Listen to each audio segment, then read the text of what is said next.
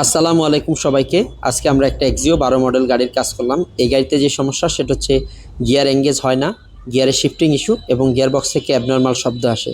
তো ইস্যু নিয়ে সাইনবোর্ড থেকে গাড়িটা আমাদের ওয়ার্কশপে আসলো। আমরা গাড়িটা আসার পর গাড়িটা ডায়াগনোসিস করলাম এবং টেস্ট ড্রাইভ দিলাম।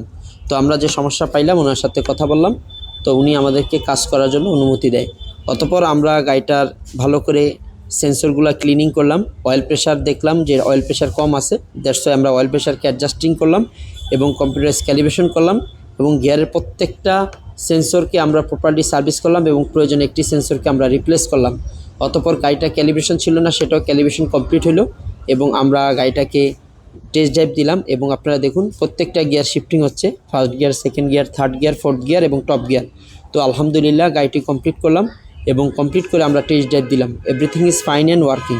তো আপনারা যারাই সিভিটি গিয়ার গাড়ি ব্যবহার করেন তাদের গাড়িতে বিভিন্ন ধরনের গিয়ার বক্সের সমস্যা হয়, গিয়ার ভাগে না, দম নেই, শিফটিং ইস্যু, গিয়ার বক্স থেকে অ্যাবনর্মাল শব্দ, একটু উঁচু জায়গায় গাড়ি উঠতে পারে না বা নামতে পারে না বা নামনে আবার উঠতে পারে না, এই ধরনের যত ধরনের সমস্যা আছে সে সকল সমস্যার সমাধান আমরা ফয়সাল কার সলিউশন করে থাকি।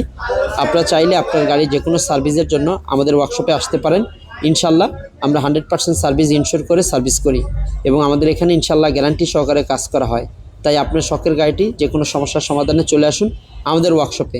ইনশাল্লাহ আশা করি যে আশা বা প্রত্যাশা নিয়ে আসবেন সেটা পাবেন ইনশাল্লাহ। ধন্যবাদ সবাইকে।